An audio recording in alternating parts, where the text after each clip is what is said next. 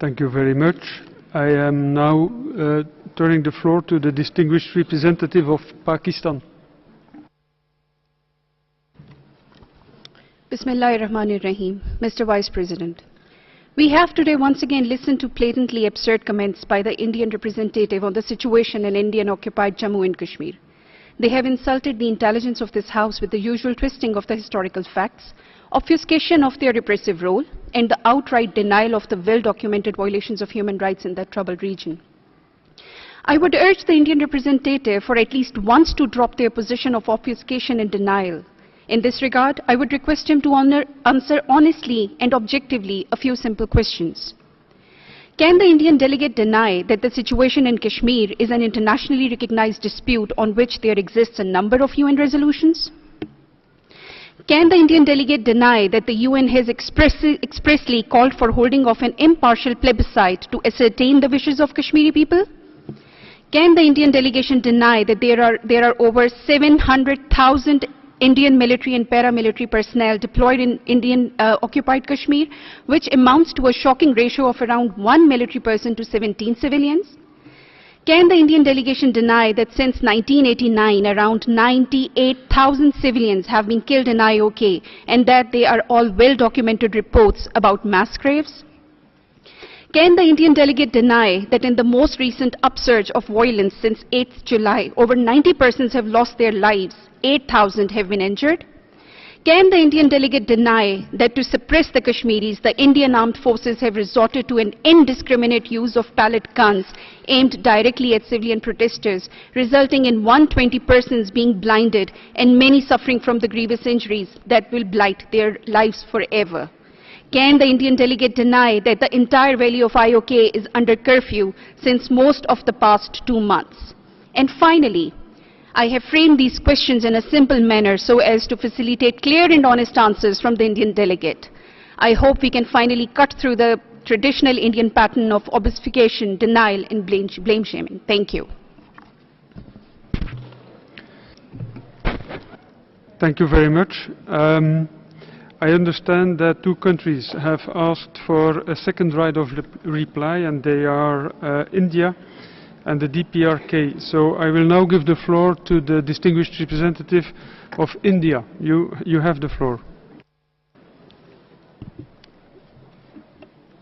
Thank you, Mr. Vice President. We strongly reject Pakistan's continued misuse of the Council to make tendentious references about internal matters pertaining to the Indian state of Jammu and Kashmir. This stems from Pakistan's territorial ambitions over Kashmir that has found concrete expression in repeated armed aggressions.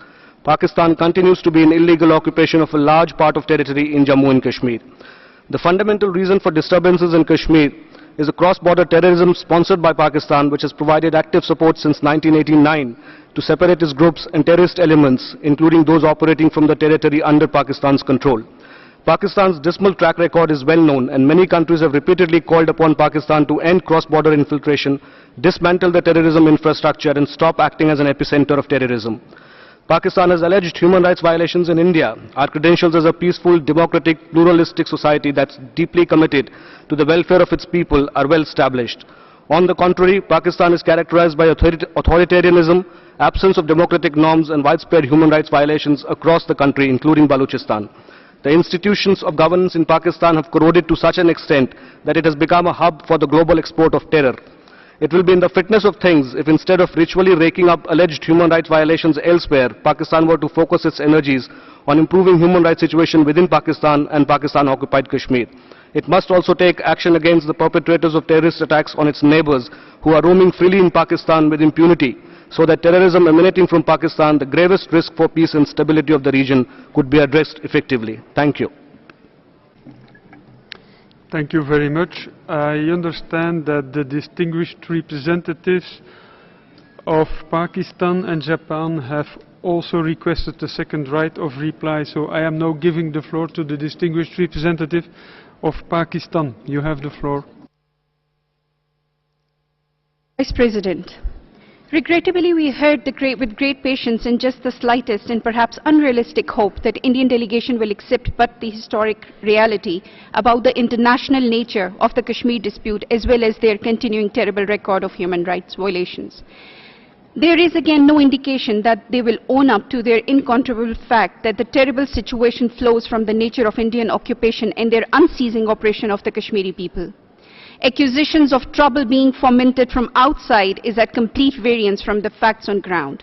The simple fact of the current situation is that it flows from the extrajudicial killing of a 22-year youth leader Burhan Wani, a killing that led to an upsurge of popular protests as evidenced by over 200,000 people who gathered for the funeral of Mr. Wani despite a curfew.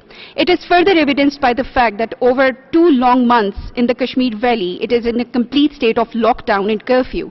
And it is reinforced by the fact that Kashmiri people and their leaders, through their actions and statements, repeatedly made it clear that they will accept nothing less than their right to self-determination. These facts are clear to more sensible and enlightened section of the Indian people themselves. Even in their own parliament, some bold and honest individuals have accepted that the Indian oppressive policies are at the root of the misery of the Kashmiris and their continued insistence on seeking their right to self-determination. The only party which is in denial of these facts is the Indian state. This condemns the Kashmiri people to the continued misery. Their only hope is that the international community will come to their aid amongst an Indian state which refuses to see any reason. I thank you.